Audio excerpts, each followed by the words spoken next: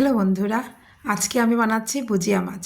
তো এই মাছটা আমি আগে ভালো করে ধুয়ে পরিষ্কার করে নিয়েছি। এবার একটা প্লেট নিয়েছি আর অর্ধেকটা মাছ রান্না করব।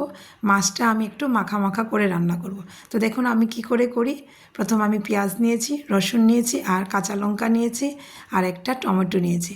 এবার দিয়ে আমি একটু সরষের তেল, এখন দিয়ে দিলাম নুন, হলুদ গুঁড়ো আর লঙ্কা গুঁড়ো। প্রত্যেকটা মশলা একসাথে ভালো করে আমি মেখে নেব। তো মাছটা ভীষণ ছোট হয় বলে হালকা হাতে আমি মেখে নিয়েছি। এবার একটা কড়াই বসিয়েছি, কড়াইতে দিয়ে দিলাম তেল, আর তেল দিয়ে এখন মাছটা দিয়ে দিচ্ছি। তো মাছটা আমি ভালো করে ছড়িয়ে ছড়িয়ে দিয়েছি, কারণ ছোট ছোট মাছ হয়তো ভেঙে যাবে। আর এই মাছটা খুব সাবধানে রান্না করতে হয়, না হলে মাছটা ভেঙে যায়। অল্প একটু মশলা ধোয়া জলও দিয়ে দিয়েছি। এবার আমি কম স্টিম দিয়ে হালকা হাতে আমি নাড়াচাড়া করব। তো বন্ধুরা, মাছটা খেতে ভীষণ ভালো হয়, আমি খুব পছন্দ করি এই মাছটা খেতে। আর আপনারাও নিশ্চয় ভালোবাসেন এই মাছটা।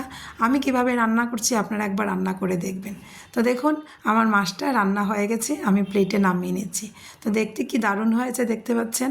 তো বন্ধুরা, যদি আমার এই রান্না রেসিপি ভালো লাগে তো আপনারা অবশ্যই আমাকে কমেন্ট করবেন আর আমার ফেসবুক পেজকে ফলো করবেন।